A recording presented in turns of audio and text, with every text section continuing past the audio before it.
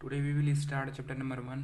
The name of the chapter is set. It is very important chapter for you because this is the first chapter, okay? And all chapter based on the set and the relation and function, okay? तो मेरे प्यारे बच्चों, सबसे पहले हमको पढ़ना है कि what is a set, what is the definition of a set, what is the criteria of a set. Set की क्या क्राइटेरिया होनी चाहिए कि सेट खुद को क्वालिफाई कर ले, अदरवाइज वो सेट नहीं होगा. क्या कंडीशन होगा, सबसे पहले उसको हम लोग देखते हैं, ठीक है ना. एक्चुअली में according to definition of the set is the collection of a well defined object. Okay, मतलब कि जब आप किसी भी ऑब्जेक्ट का या फिर किसी भी इंफॉर्मेशन का कलेक्शन ले रहे हैं तो वो वेल डिफाइन होना चाहिए. ऐसा नहीं कि हाँ वो पर्सन टू पर्सन चेंज हो जाए. जैसे कि for example when I say that lion is the dangerous animals but any other student say that lion is the does not the dangerous animal. तो यहाँ पर ये हो गया कि एक बच्चा कह रहा है कि लायन एक डेंजरस एनिमल है, दूसरा कह रहा है लायन डेंजरस एनिमल नहीं है. तो यहाँ पर क्या हुआ कि पर्सन टू पर्सन क्या हो गया, चेंज हो गया, ठीक है ना. फॉर एग्जाम्पल जैसे मैं बोलूँ 1 2 3 4 इज द नेचुरल नंबर, तो सिंपल सी बात है, इट इज़ क्लियर दैट इसको कोई कह नहीं सकता कि 1 2 3 4 नेचुरल नंबर नहीं होगा. तो आप यहाँ सिंपल से कह सकते हैं कि it is a set. Okay, तो सबसे पहले हम लोग देखते हैं कि सेट का definition. Set is the collection of the well defined and the well distinct object. Distinct object मतलब अलग अलग ऑब्जेक्ट होना चाहिए.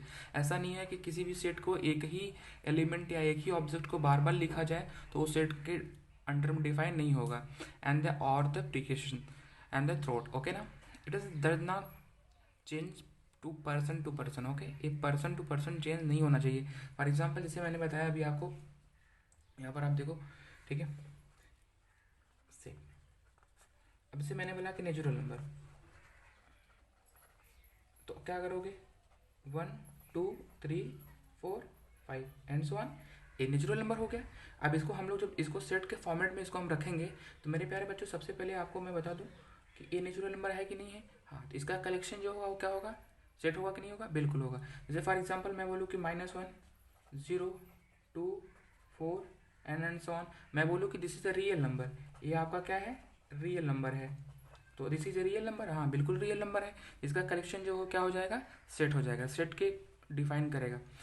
अब इसको ध्यान से सुनो. जैसे मैं बोलूँ collection of the river in India, तो इंडिया में जितने भी रिवर है उसका कलेक्शन क्या हो जाएगा, सेट होगा कि नहीं होगा, हाँ बिल्कुल सेट होगा. क्योंकि जो रिवर होगा वो फिक्स रिवर होगा. ऐसा नहीं है कि हाँ किसी भी छोटे रिवर को भी हम लोग जो है बड़े रिवर में प्रेजेंट कर सकते हैं, ऐसा तो नहीं है. एंड देन सबसे इसके बाद आता है नोटेशन. नोटेशन क्या होता है, किसके द्वारा हम लोग सेट को रिप्रेजेंट कर सकते हैं, ठीक है ना. या प्रेजेंटेशन ऑफ ए सेट या नोटेशन ऑफ ए सेट इसको आप बोल सकते हो. तो सबसे पहले आप जानो कि जो सेट होता है, सेट को हमेशा हम लोग कैपिटल लेटर में प्रेजेंट करते हैं, कैपिटल लेटर में प्रेजेंट करेंगे.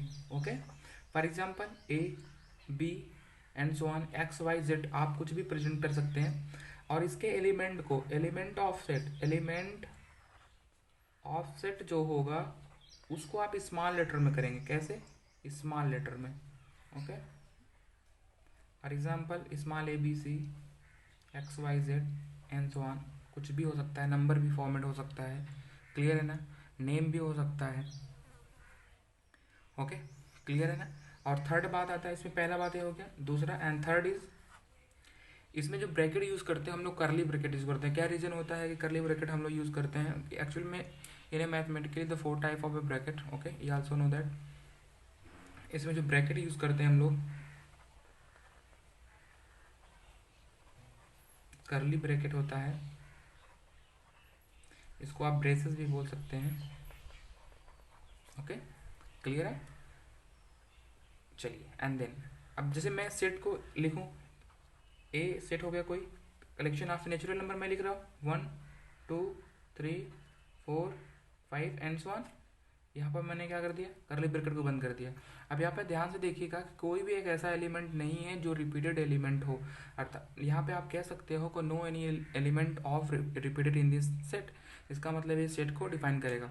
हर एलिमेंट के बीच में एक आपका कामा लगा होना चाहिए. ये क्या करता है कि हर एलिमेंट को सेपरेट करने का काम करता है. Okay, and this is capital letter and this is the collection of the natural number, it is called the set. Okay, clear है. अब इसके बाद आता है मेरे प्यारे बच्चों fourth, belongs to. Belongs to का मतलब में से मैं बोलूँ कि 3 क्या सेट ए के अंदर है, क्या सेट ए में बिलोंग करता है, तो आप क्या कहोगे 3 is belongs to A.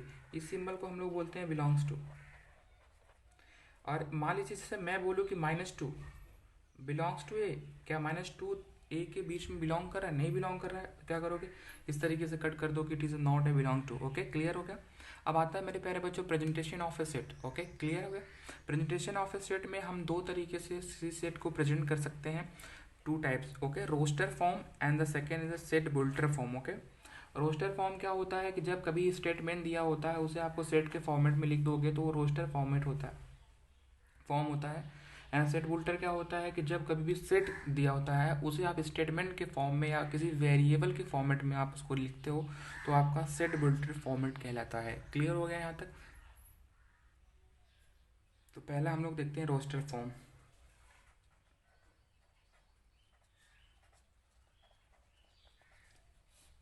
Roster form जैसे कि मैंने बताया कि स्टेटमेंट दिया होगा, जब उसे आप सेट के फॉर्मेट में लिख देंगे तो कैसा हो जाएगा, रोस्टर फॉर्म कहलाएगा। जैसे मैं बोलूँ कि a set is the natural number, या फिर मैं बोलूँ कि the set is the odd number. ठीक है ना, मैं लिखूँ set A set is odd number. Okay, तो आप क्या करोगे, कोई ये सेट ए ले लो, उसमें ऑड नंबर कैसे रखोगे, 1 3 5 7 9 एंड सो ऑन।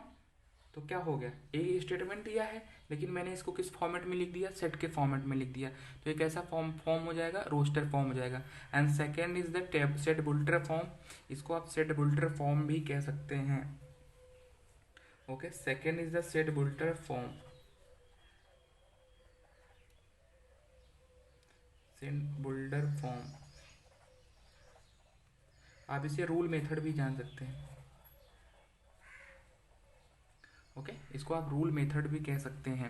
अब इसमें क्या होता है मेरे प्यारे बच्चों, आपका एक सेट दिया होता है, उसे आपको वेरिएबल या तो स्टेटमेंट के फॉर्मेट में लिखना होता है। फॉर एग्जांपल जैसे मैं बोलूँ आपका कोई सेट मैं ले रखा हूँ 2 4 6 8 एंड सो ऑन।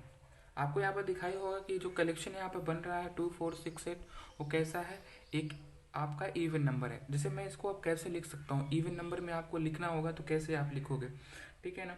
जैसे कि मैं बोलूँ कि ए इज इक्वल टू कोई आपका नंबर हो गया, यक्स इज दैट यक्स, अब मैं कोई नंबर ले लिया, या फिर मैं एन भी ले सकता था, यक्स भी ले लिया मैंने। अब जैसे मैं बोलूँ कि 2 × x। Okay, x belong in a natural number, तो ध्यान से देखना मेरे बेटे, यक्स नेचुरल नंबर में बिलोंग करेगा तो यक्स की वैल्यू 1 2 3 4 5 6 होगी। इसका मतलब यक्स इक्वल टू 1 लेने पर तो 2 × 1 करेंगे कितना आ जाएगा, 2 आ जाएगा। यक्स इक्वल टू 2 लेने पे 2 × 2 करेंगे कितना आ गया, 4 आ गया। तो 2 4, 3 लेने पे कितना आएगा, 6 आएगा। 4 लेने पे कितना आएगा, 8 आएगा। तो एक ये सेट फॉर्मेट दिया था, मैंने क्या कर दिया, उसको एक स्टेटमेंट के फॉर्मेट में लिख दिया। लिखा कि नहीं लिखा, क्या इस ये स्टेटमेंट इस सेट को क्या मतलब क्लियरिफाई कर रहा है, क्या इसको सेटिस्फाई कर रहा है, बिल्कुल कर रहा है। तो ये आपका क्या है, सेट बुल्टर फॉर्म या तो रूल मेथड कहलाएगा। क्लियर हो गया होगा। एंड नेक्स्ट इज, अब हम लोग पढ़ते हैं type of a set. Okay ना, इट इज़ क्लियर दैट यहाँ पर लिख रखा हूँ मैं, और आप यहाँ पे देख करके नोटेशन को ज़रूर लिख लीजिएगा। यहाँ पे मैं एक्सप्लेन कर देता हूँ कि कौन सा सेट कैसे रहेगा तो उसको क्या कहेंगे। क्लियर हो गया। जैसे कि पहला आपको दिखाई दे रहा होगा null set. Okay, it is clear that first is the null set, या इसको वाइड सेट भी कहते हैं, एंड इसको आप जो है एम्प्टी सेट भी कह सकते हैं। क्लियर हो गया। एक ऐसा सेट होगा बेटा जिसमें नंबर ऑफ एलिमेंट कितना होगा, 0 होगा, मतलब कुछ भी एलिमेंट नहीं होगा। क्लियर हो गया ना, उस सेट को हम लोग बोलेंगे नल सेट या एम्प्टी सेट या वाइड सेट बोल सकते हो। ठीक है ना।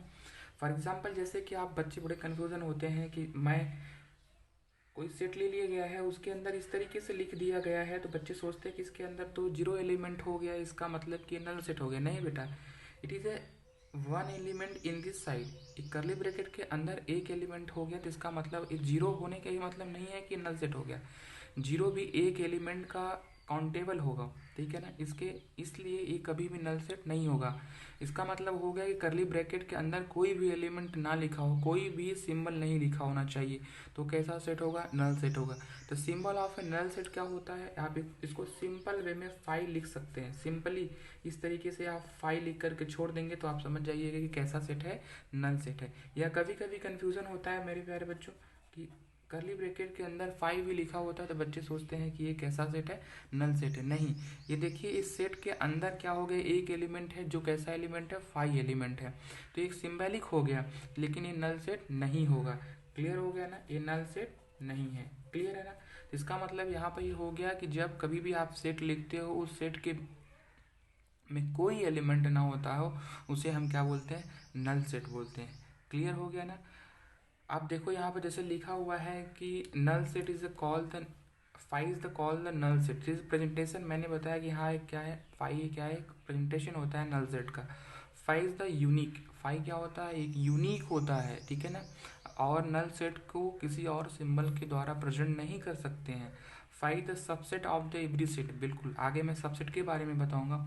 सबसेट क्या होता है बेटा, कि जब कोई एलिमेंट कोई सेट किसी दूसरे सेट के अंदर पाया जाता है तो वो उसका सबसेट होता है। तो फाई तो मेरे बेटे हर एलिमेंट के बीच में, मतलब हर सेट के बीच में पाया जाएगा, इसलिए आप इसका सबसेट कह सकते हैं। क्लियर है ना।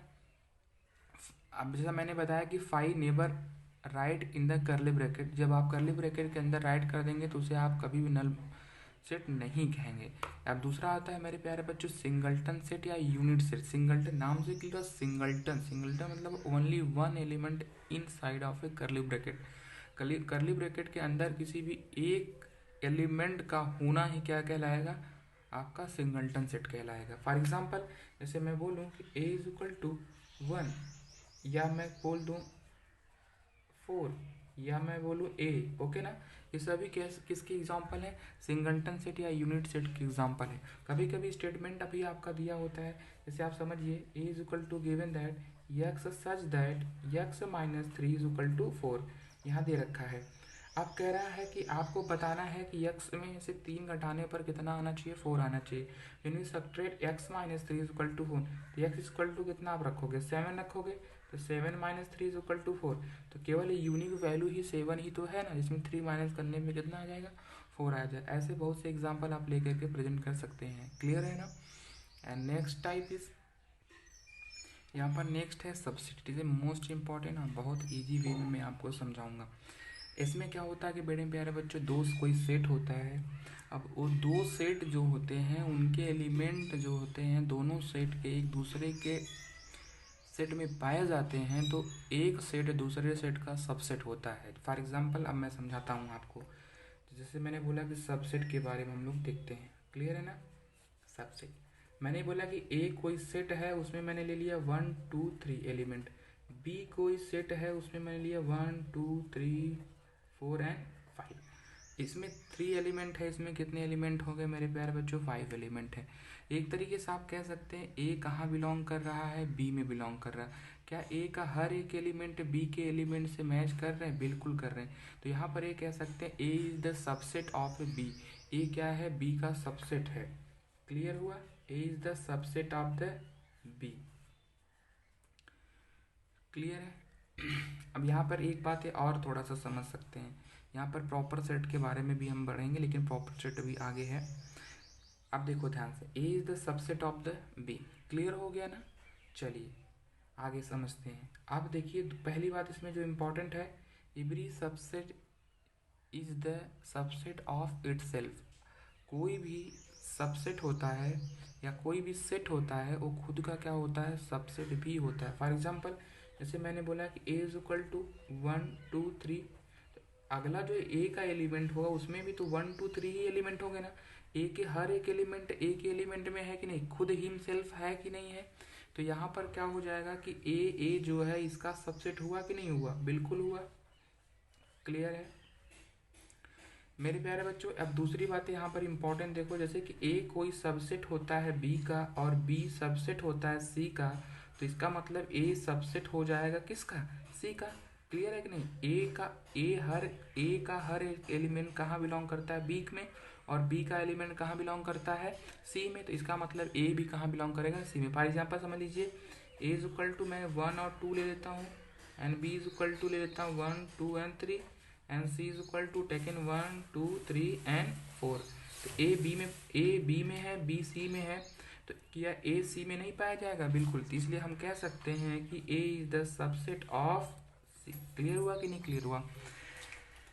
अच्छा, तो एक बड़ा इंपॉर्टेंट है, हर कंपटीशन एग्जाम में पूछा जाता है कि total number of A subset. Okay, clear है ना? टोटल नंबर ऑफ सबसेट निकालने के लिए बहुत, इसका थर्ड टॉपिक है total number of subset.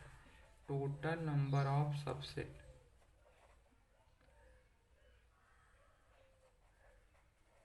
Subset, clear है ना? इसका फॉर्मूला होता है two the power n, where n is the number of element. N क्या है आपका? Number of element.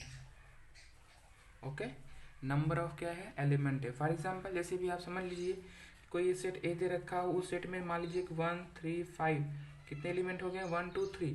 तो इसका सबसेट कितना बनेगा? 2 के पावर 3 इज इक्वल टू कितना हो जाएगा? 8। इसमें टोटल 8 सबसेट होंगे। क्लियर है ना? यहाँ तक आपको क्लियर हो गया होगा।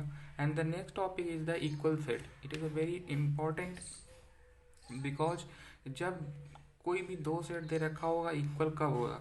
एक तो होता है इक्विवेलेंस सेट एंड एक होता है इक्वल सेट होता है। इक्वल और इक्विवेलेंस में डिफरेंट थोड़ा सा ये होता है कि जब नंबर ऑफ एलिमेंट इक्वल होते हैं, जैसे दो सेट हों और दोनों सेट में नंबर ऑफ एलिमेंट इक्वल हो but number of element same ना हो, तो आप उसको इक्विवेलेंस कह सकते हैं। लेकिन जब number of element and number of symbolic element कह सकते हैं कि एकदम दोनों सेट में एकदम हूबहू एलिमेंट हो और नंबर ऑफ एलिमेंट भी सेम हो, तो उसको इक्वल सेट कह सकते हैं। फॉर एग्जांपल आप देखिएगा इक्वल सेट, फिर किसके बाद इक्विवेलेंस देखिएगा। इक्वल सेट, जैसे इक्वल सेट में क्या हो जाएगा? ए इज इक्वल टू 1 2 3 4 हो गया। ओके, एंड बी मैं कोई भी ले लेता हूँ, मैंने बोला 4 3 2 1। ए और बी आपस में इक्वल हो जाएंगे क्योंकि देखिए 4 4 3 3 2 2 1 1 और 4 एलिमेंट इसमें भी है, 4 एलिमेंट इसमें भी है, तो आप कह सकते हैं दिस इज इक्वल सेट। अब इक्विवेलेंस क्या होता है? इक्विवेलेंस होता है इक्विवेलेंस सेट। जैसे कि मैं यहाँ पर ले लूँ A is equal to 1 2 3 4 and B is equal to, मैं कोई सेट ले लेता हूँ A B C and D. यहाँ पर नंबर ऑफ एलिमेंट कितने हैं? 4 है। यहाँ भी नंबर ऑफ एलिमेंट कितने हैं? 4 है। तो नंबर ऑफ एलिमेंट दोनों में 4 हो गए कि नहीं हो गए? तो एक दूसरे के इक्विवेलेंस में है कि नहीं है? तो आप जब नंबर ऑफ एलिमेंट सेम होगा तो उसको इक्विवेलेंस सेट कहेंगे, और जब वहाँ पर सिम्बॉलिक एलिमेंट और नंबर ऑफ एलिमेंट दोनों सेम होगा तो वहाँ इक्वल सेट कहेंगे आप। क्लियर हो गया ना? अब आता है मेरे प्यारे बच्चों सुपर सेट की। जब मैं बात कर लेता हूँ, जैसे आपने सबसेट पढ़ा वैसे ही क्या है आपका? सुपर सेट है। कैसा है? क्या है आपका? Super set. क्लियर हुआ? सुपर सेट में क्या होता है मेरे प्यारे बच्चों? देखिएगा सुपर सेट, यहाँ से आप डेफिनेशन क्लियर कर लीजिए, लिख लीजिएगा, एंड देन मैं यहाँ पे आपको एक्सप्लेन कर देता हूँ। जैसे कोई सेट हो गया मेरे बेटे 1 2 3 4, ओके, एंड बी कोई सेट हो गया 1 2 3 4 5 7 8 एंड सो ऑन। तो ए कहाँ पाया जा रहा है? ए आपका बिलोंग, ए आपका कहाँ बिलोंग कर रहा है? ए क्या है आपका? सबसेट है कि नहीं बी का? तो जब आप इसी को इस फॉर्मेट में लिख सकते हो, इस तरीके से आप लिखते हो, तो B is the super set of A. B क्या है? सुपर सेट है किसका? ए का। इसका मतलब ये हो गया कि ए के सभी एलिमेंट कहाँ बिलोंग करेंगे? बी में। और ए क्या था आपका? यहाँ पर ए आपका सब सेट होता है, और जब इसी को हम लोग पलट के लिख देते हैं तो इसको हम लोग क्या बोलते हैं? सुपर सेट बोलते हैं। क्लियर है ना? इसमें छोटा सा यही डिफरेंट होता है कि जब आप इस तरीके से राइट करते हैं, यहाँ पे क्या इसका कहने का मतलब होगा? ए is subset of B. A क्या है? सबसेट है किसका? बी का। और यहाँ पे क्या है? B the super set of A.